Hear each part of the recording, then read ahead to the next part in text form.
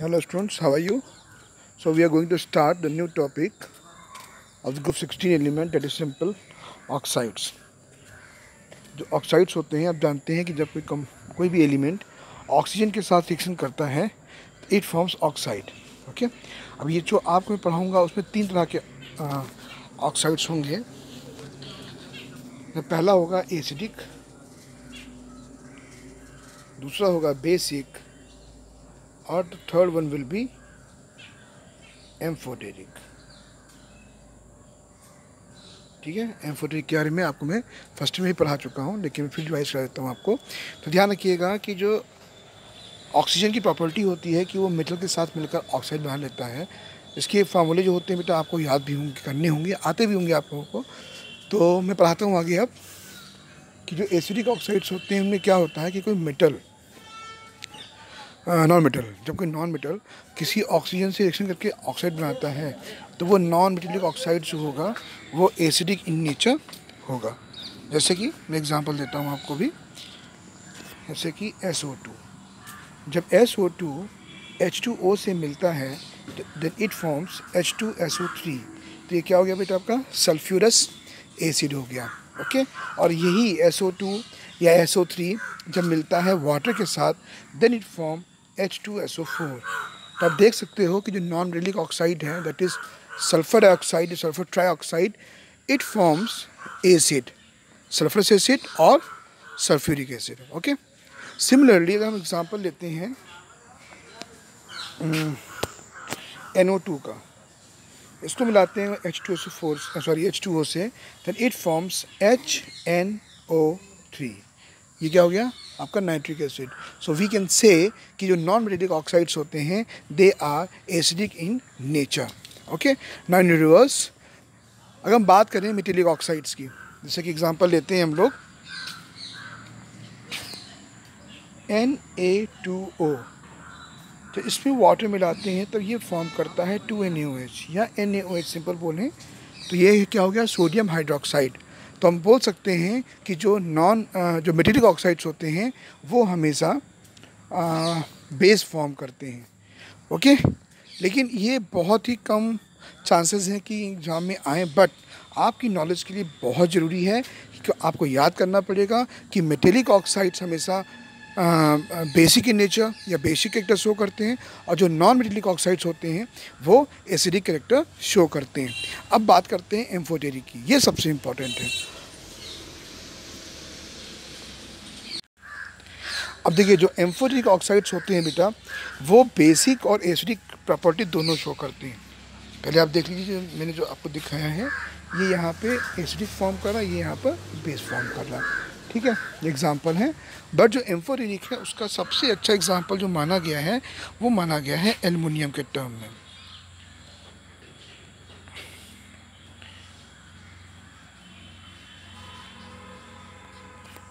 ये देखिए, जब एल्यूमिना या Al2O3 HCl से रिएक्शन करती है तब ये as a base property show करता है. ओके, और जब Al2O3 NaOH से रिएक्शन करता है तब ये एसिडिक प्रॉपर्टी शो करता है. तो ये आपको बहुत अच्छे से याद करना है. ये आपको मैंने एस ब्लॉक एलिमेंट में फर्स्ट ईयर में मैंने पढ़ाया भी था. तो आपको याद रखना है कि सिंपल ऑक्साइड्स 3 तरह के होते हैं, एसिडिक, बेसिक एंड एम्फोटेरिक. तीनों के बारे में मैंने बता दिया है आपको. एक बार इनको अच्छे से प्लीज़ आप लोग तैयार कर लीजिएगा. चलिए अब बढ़ते हैं हम लोग ओजोन की तरफ. कल ही हम लोगों ने बेटा ओजोन डे सेलिब्रेट किया है 16 सितंबर. हम सब जानते हैं कि ओजोन डे कहलाता है क्योंकि इसके लिए सबसे पहले बैठक जो हुई थी, जो मीटिंग हुई थी बेटा, उस जो है कंफर्म नहीं है बट सर स्टॉकहोम में हुई थी. ओजोन लेयर की डिप्लीशन, क्योंकि ओजोन लेयर जो होता है वो हमारी अर्थ को बचाता है हार्मफुल रेडिएशन से जिससे कैंसर नहीं होता और भी डिसीज़न नहीं होती हैं. तो ओजोन को बचाना बहुत ही ज़रूरी है. और सबसे पहले अंटार्कटिका के ऊपर एक होल बना था. ठीक है, अब मुझे याद नहीं साइंटिस्ट का नाम, भूल गया, बिल्कुल भूल गया मैं. आप प्लीज़ ढूंढिएगा किन साइंटिस्ट ने खोज की थी कि अंटार्कटिका के ऊपर ओजोन में छेद हो रहा है, होल हो रहा है. ठीक है, अब होता क्या है बेटा कि जो ओजोन है उसको सबसे कौन ख़राब कर रहा है? CFC, क्लोरोफ्लोरोकार्बन, ठीक है, जिनमें से क्लोरीन एटम अलग होता है और वो ओजोन को क्या कर देता है? ओजोन को डिकम्पोज करता है, जिससे ओजोन जो है वो ऑक्सीजन में कन्वर्ट हो जाती है। बट ओजोन हमारे लिए उतना ही ज़रूरी है जितना ज़रूरी हमारे लिए ऑक्सीजन है और पानी है, ठीक है। चलिए अब पढ़ते हैं हम लोग ओजोन के बारे में। ओजोन जो होता है वो ऑक्सीजन का इलेक्ट्रॉन फॉर्म होता है, ठीक है। बेटा आप लोगों को ये प्रॉपर्टीज़ रखिए प्लीज़, मैं समझाया है, ये पढ़ लीजिएगा आप लोग, ठीक है। चलिए आगे बढ़ते हैं हम लोग बेटा। अब सबसे पहले टॉपिक कि ओजोन जो है वो कैसे बनता है, ओके।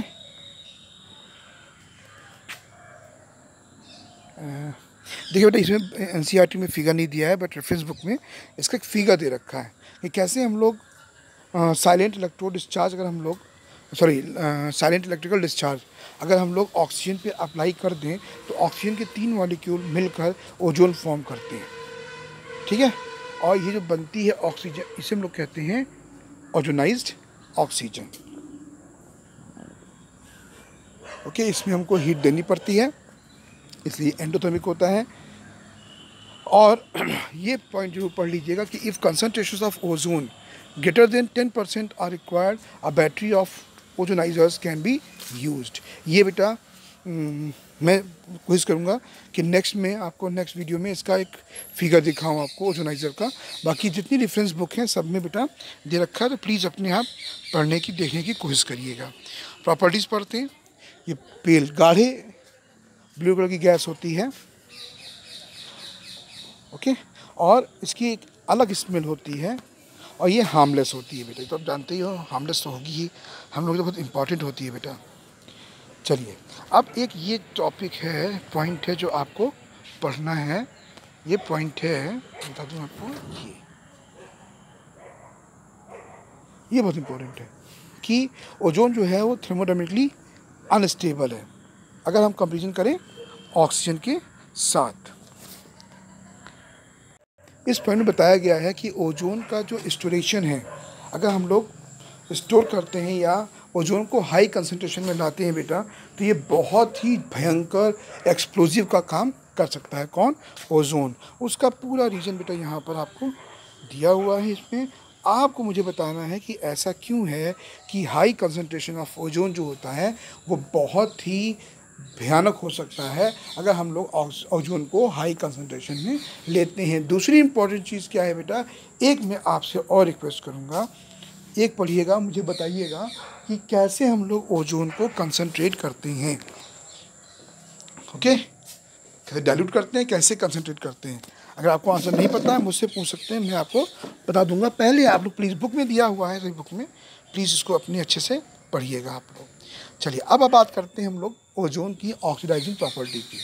जो ओजोन होता है बेटा वो ऑक्सीजन गैस और नेसेंट ऑक्सीजन प्रोड्यूस करता है, ठीक है। ओजोन जो होता है ये डिकम्पोज होकर O2 प्लस नेसेंट ऑक्सीजन देता है, और जो नेसेंट ऑक्सीजन होता है ये काम करता है ऑक्सीडाइजिंग एजेंट का, ऑक्सीडाइजिंग एजेंट का काम करता है बेटा ये।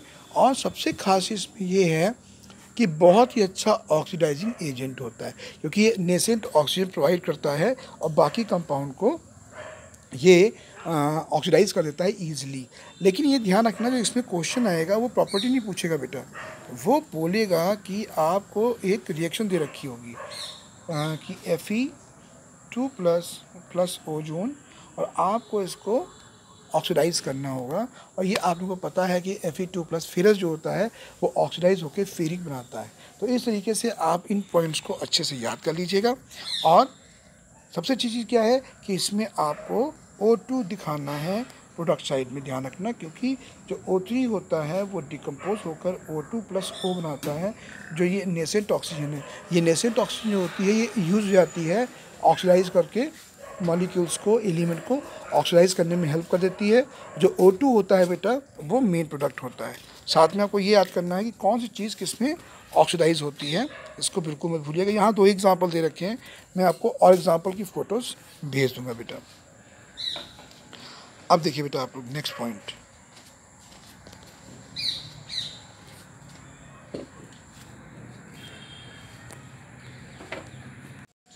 अब यहाँ से बेटा देखिए हम लोग यहाँ से बात करते हैं हम लोग ओजोन डिप्लेशन की। ओजोन डिप्लेशन के दो मेन रीजन हैं। तो सबसे बड़ा रीजन है वो तो है बेटा आपका CFC, जो कि रेफ्रिजरेटर, AC, ठीक है, इन सब में रेफ्रिजरेंट का इस्तेमाल करते हैं। फ्रीऑन, किसका? फ्रीऑन। वो फ्रीऑन बेटा क्या करती है? ओजोन को O2 में कन्वर्ट कर रही है, जिससे ओजोन में लगातार डिप्लेशन हो रहा है। सिमिलरली बेटा नाइट्रोजन ऑक्साइड, तो क्लियर कर देता हूँ उसको मैं। यस, ये देखिए, ये जो नाइट्रोजन ऑक्साइड है बेटा, ये ओजोन को ऑक्सीजन में कन्वर्ट कर रही है। और नाइट्रोजन ऑक्साइड में जो नाइट्रिक ऑक्साइड होता है बेटा, ये इस्तेमाल किया जाता है जेट प्लेन्स में। और जो जेट एरोप्लेन्स होते हैं उनसे जब NO2 प्रोड्यूस होता है, सॉरी इस्तेमाल नहीं किया जाता है, उसमें ये एज अ प्रोडक्ट प्रोड्यूस होता है ये क्या कहते हैं आपका NO, नाइट्रिक ऑक्साइड, और ये ओजोन को डिकम्पोज कर देता है O2 और NO2 में। इससे क्या हुआ कि जो एरोप्लेन हमारे स्ट्रेटोस्फेयर में आप जानते होंगे, उसमें जब उड़ रहा है तो वो NO प्रोड्यूस कर रहा है, नाइट्रोजन ऑक्साइड्स प्रोड्यूस कर रहा है। वो नाइट्रोजन ऑक्साइड्स ओजोन को डिकम्पोज कर रहे हैं O2 में, जिसकी वजह से बेटा हमारी ओजोन लेयर क्या हो रही है? डिप्लीट हो रही है, कम हो रही है, छेद हो रहे हैं उसमें। ज़रूरी है कि हम लोग CFC का कम से कम इस्तेमाल करें, फ्रीऑन भी इनको कहते हैं, और साथ में नाइट्रिक ऑक्साइड का भी इस्तेमाल हम लोग नाइट्रिक ऑक्साइड जो है ये भी ओजोन लेयर को ख़राब कर रही है। चलिए अब आगे बढ़ते हैं, क्या इसके यूजेस हैं। बहुत इंपॉर्टेंट है, ये दिए हुए हैं, इनको प्लीज़ आप लोग अच्छे से पढ़ लीजिएगा, बहुत इजी है। सबसे तो इम्पॉर्टेंट इसका है बेटा कि ये ऑक्सीडाइजिंग एजेंट होता है, ठीक है, और इसका जो ऑक्सीडाइजिंग प्रॉपर्टी होती है वो सबसे इम्पॉर्टेंट होती है पोटेशियम परमैंगनेट की फॉर्मेशन के लिए बेटा। अब देखिए यहाँ 2 क्वेश्चन दे रखे हैं, इनके आंसर जरूर लिखिएगा बेटा, है ना। चलिए आगे बढ़ते बेटा हम लोग। अब सल्फर हमने पढ़ लिया, ऑक्सीजन के बारे में हमने पढ़ लिया, ऑक्साइड्स के बारे में कैसे हमने पढ़ा, ऑक्सीजन की प्रिपरेशन, ऑक्सीजन की manufacturing, lab preparation, potassium chlorate मैंने पढ़ाया था आपको, फिर प्रॉपर्टीज़ पढ़ी हम लोगों ने, फिर ऑक्साइड्स को पढ़ा हम लोगों ने, फिर ओजोन को पढ़ा। अब ग्रुप 16 में ऑक्सीजन के नीचे आता है सल्फ़र। ग्रुप 16 जो होता है बेटा, उसमें ऑक्सीजन के नीचे सल्फ़र आता है। तो अब बेटा हम लोग पढ़ने जा रहे हैं सल्फ़र के बारे में, ठीक है। अब बहुत ध्यान सुनिएगा मेरी बात। पहले तो आप इंपॉर्टेंट चीज़ याद कर लीजिए, सल्फ़र का स्ट्रक्चर। देखिए सल्फ़र जो मॉलिक्यूल होता है उसको हम S8 कहते हैं। इसका मैंने पीछे वीडियो में पढ़ाया भी था। और ये इस टाइप का स्ट्रक्चर होता है बेटा। ये 8 जो एटम होते हैं, ये इस तरीके से एटम आपस में मिलकर ये इस तरह का स्ट्रक्चर फॉर्म करते। देखता हूँ इसमें स्ट्रक्चर है कि नहीं है। ये देखिए दे रखा है आपको, ये देखिए आप, ये हो गया स्ट्रक्चर ऑफ सल्फर। इनका एंगल जरूर बेटा याद कर लीजिए, angle and bond length, S और S के बीच में क्या बॉन्ड लेंथ होगी। ओके, चलिए अब सल्फर जो है कई तरह के इलेक्ट्रॉन फॉर्म करता है, लेकिन जो आपके सिलेबस में है या कोर्स में है वो है येलो रोम्बिक और मोनोक्लिनिक। जो येलो रोम्बिक होता है ये होता है अल्फा सल्फर, जो मोनोक्लिनिक होता है उसको कहते हैं बीटा सल्फर। याद रखना, जो येलो होता है उसको हम लोग अल्फ़ा सल्फ़र भी कहते हैं, और जो आपका मोनोक्लिनिक होता है उसको हम लोग बीटा सल्फ़र भी कहते हैं। इसको बेटा आप लोग अच्छे से याद कर लीजिएगा। चलिए अब हम लोग पढ़ते हैं पहले रोहम्बिक, इसको हम लोग कहते हैं अल्फ़ा सल्फ़र। इसके बारे में याद रखिएगा आप लोग कि रोहम्बिक सल्फ़र के क्रिस्टल्स होते हैं जो इवेपोरेट होकर, रोल होकर, जैसे समझ लीजिए, क्लियर करता हूँ।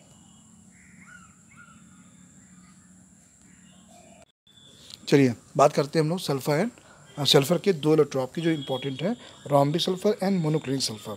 इसमें जो रोम्बिक सल्फ़र होता है बेटा, इसे कैसे बनाते हैं, इसको हम लोग क्या करते हैं, क्रिस्टल फॉर्म होते हैं। अगर हम लोग सॉल्यूशन सल्फ़र को CH2 में हम लोग डाल के उसको इवेपोरेट करें तो हम लोगों को आपके रोम्बिक सल्फ़र के क्रिस्टल मिल जाएंगे। लेकिन बेटा जो सबसे इम्पॉर्टेंट चीज़ है बेटा, वो यहाँ पर आप देखिए, ये आपका ट्रांजिशन टेम्परेचर, ये बहुत इंपॉर्टेंट है। इसको बेटा आप लोग भूलिएगा मत। अल्फ़ा सल्फ़र जो होता है बेटा वो 369 के नीचे स्टेबल होता है। अल्फ़ा जो होता है वो 369 के होता है, केल्विन के नीचे होता है। और जहाँ आपने 369 केल्विन के ऊपर टेम्परेचर बढ़ाया तो अल्फ़ा सल्फ़र जो होगा वो अपने आप क्या होगा, कन्वर्ट हो जाएगा बीटा सल्फ़र में। ठीक है, याद रखिएगा। अल्फ़ा सल्फ़र जो होता है बेटा वो 369 केल्विन के नीचे स्टेबल होता है, और जहाँ 369 के ऊपर टेम्परेचर बढ़ाएंगे ये अल्फ़ा सल्फ़र अपने आप बीटा सल्फ़र में कन्वर्ट हो जाएगा बेटा। ये बहुत इंपॉर्टेंट है, ये आपका ट्रांजिशन टेम्परेचर कहलाता है। क्या? 369 ट्रांजिशन टेम्परेचर।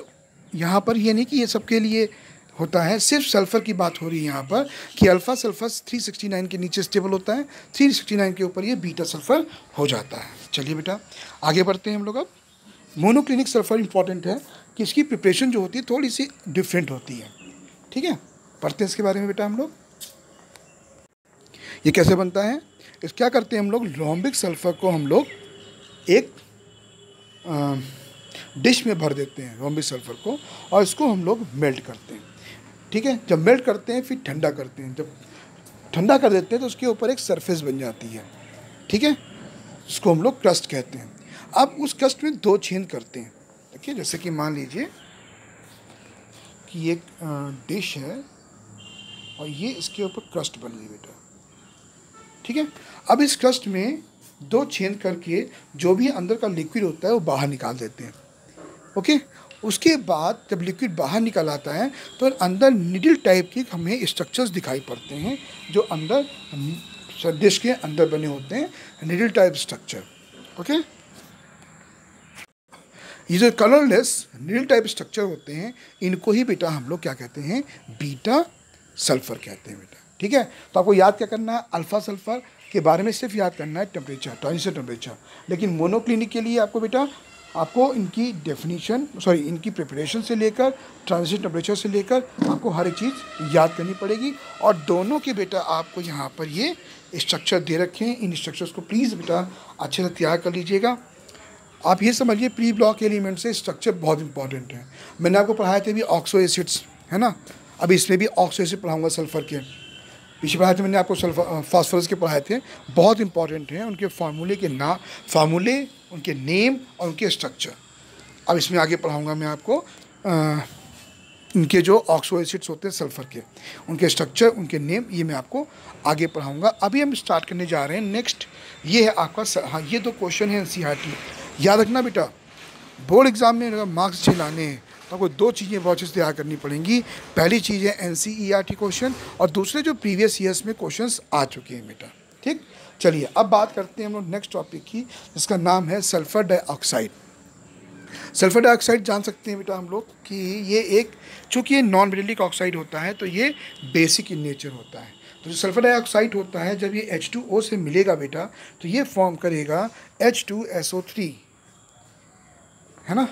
इसलिए हम लोग इसको एसिडिक ऑक्साइड भी कह सकते हैं। और मैंने आपको बताया भी था कि जो नॉन मेटेलिक ऑक्साइड्स होते हैं वो एसिडिक ऑक्साइड होते हैं। फिलहाल बढ़ते हैं हम लोग, सल्फर डाइऑक्साइड कैसे प्रोड्यूस होता है। बहुत ईजी है, हम सब जानते हैं कि सल्फ़र में ऑक्सीजन मिला देंगे तो हम लोगों को सल्फर डाइऑक्साइड मिल जाएगा। लेकिन आपको ये ना याद करके ये 2 रिएक्शंस याद करनी होगी कि लेबोरेटरी में कैसे बनती है और इंडस्ट्री में कैसे बनती है।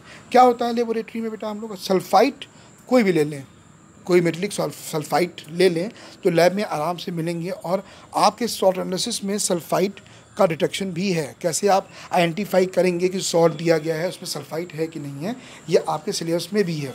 उस सल्फाइड को अगर हम लोग डाइल्यूट सल्फ्यूरिक एसिड से मिला दें तो हम लोगों को मिल जाएगा SO2। इसका एक्सपेरिमेंट आप लोग लैब में करेंगे भी। इंडस्ट्री में कैसे बनता है बेटा कि अगर हम लोग सल्फाइड ओ ले लें FeS2, आपको बताना है इसका नाम क्या होता है। बहुत फेमस सल्फाइड ओर है ये, और सल्फाइड ओर को साफ़ करने के लिए हम लोग 4th फ्लोटेशन का इस्तेमाल करते हैं, जो मैं आपको नहीं पढ़ा पाऊँगा इस बार क्योंकि आपके कोर्स से हट गया है मेटलर्जी। हाँ, अगर टाइम मिलेगा तो मैं आपको सारे वो टॉपिक पढ़ाऊँगा जो आपके सिलेबस से हट गए हैं।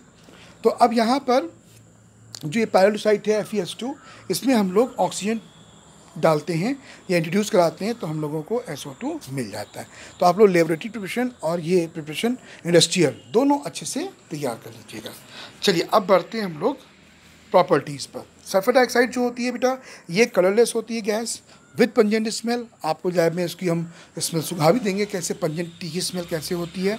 और अगर इसको हम रिएक्शन करा देते हैं कि NaOH के साथ तो हम लोगों को क्या मिलेगा Na2SO3 + H2O। ये भी इसका एसिडिक कैरेक्टर ही शो करता है बेटा क्योंकि हमने बताया था आपको कि SO2 होती है वो एसिडिक इन नेचर होती है, और NaOH क्या है, बेस। हम सब जानते हैं कि जब एक बेस और एक एसिड की रिएक्शन होती है तो हम लोगों को सॉल्ट मिलता है। यहाँ पर ये सोडियम सल्फाइड मिल रहा है। चलिए, ये इतनी इम्पॉर्टेंट नहीं है जितनी इम्पॉर्टेंट आपकी ये मैं बताता हूँ रिड्यूसिंग प्रॉपर्टी। ये देखिए, ये बहुत इंपॉर्टेंट है कि जब अगर मॉइस्ट है, मॉइस्ट का मतलब अगर हमने ये देखा है कि सल्फर डाइऑक्साइड मॉइस्ट है, मतलब उसमें मॉइस्चर है, मतलब वाटर है, तो ये बिहेव करती है एज रिड्यूसिंग एजेंट। क्या भी हो गया, रिड्यूसिंग एजेंट बहुत ही इंपॉर्टेंट ये कैरेक्टर है कि सल्फर डाइऑक्साइड जो होती है वो रिड्यूसिंग एजेंट की तरह बिहेव करती है। और ये क्या करती है, देखिए फेरिक को फेरस में रिड्यूस कर रही है। ओके, फेरिक को फेरस में, और यहाँ देख सकते हैं आप MnO4 को Mn, है ना, क्या कर रही है, रिड्यूस कर रही है। तो आपको क्या करना पड़ेगा, SO2 को जो रिड्यूसिंग प्रॉपर्टी होती है, मैं इसका भी एक पेज भेजूंगा अभी जस्ट आफ्टर वीडियो, और आपको मैं ओजोन के भी भेजूंगा, प्लीज़ पढ़िएगा। आपको मेन प्रोडक्ट याद कर लेना है। और ऑब्वियस सी बात है बेटा, अगर फेरस ऑक्सीडाइज होगा तो फेरिक बनाएगा, और फेरिक रिड्यूस होगा तो फेरस बनाएगा। ये चीज़ें बेटा आपको लर्न करनी ही पड़ेंगी।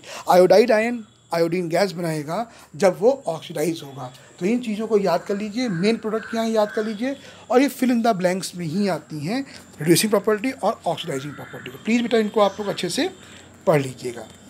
मैं आपको वीडियोस को भेजूंगा, जो नहीं समझ में आएंगी आई विल एक्सप्लेन। ओके, चलो अब बात करते हैं आगे। सल्फर डाइऑक्साइड जो होती है वो कहाँ कहाँ यूज़ होती है। ऐसे बताया आपको मैंने अभी कि लैब में इसको हम लोग एज ए रिड्यूसिंग एजेंट इस्तेमाल कर सकते हैं, है ना। और बाकी दी हुई है सामने, refining petroleum and sugar, bleaching wool and silk. तो प्लीज़ बेटा इसको आप लोग अच्छे से पढ़ डालिएगा। ये देखो कुछ क्वेश्चन दे रखे हैं, प्लीज़ इनको आप स्क्रीनशॉट ले लीजिए। NCERT क्वेश्चन मतलब बहुत इंपॉर्टेंट। चलिए अब बात करते हैं ऑक्सो एसिड्स की। देखिए ध्यान से, यहाँ पे कुछ दे रखे हैं आपको, सल्फ्यूरस